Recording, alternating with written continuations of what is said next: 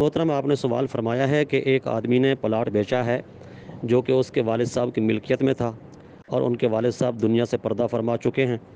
اور اس پلاٹ کی جو مالیت ہے وہ 5 لاکھ روپے ہے۔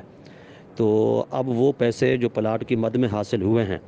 دیگر بہن بھائیوں کے درمیان کس طرح تقسیم ہوں گے، شرعی اعتبار سے ہماری رہنمائی فرمائی جائے۔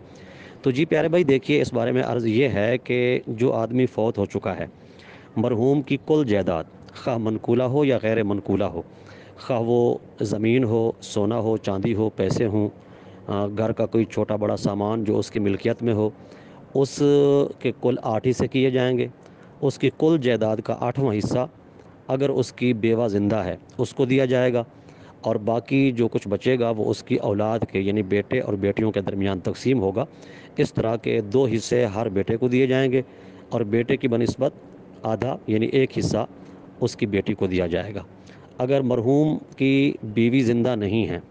بیوہ زندہ نہیں ہے، تو پھر کل جائیداد جو ہے اس کے بیٹے اور بیٹیوں کے درمیان 1 اور 2 کی نسبت سے تقسیم ہوگی۔ ہر بیٹے کو 2 حصے اور ہر بیٹی کو 1 حصہ دیا جائے گا۔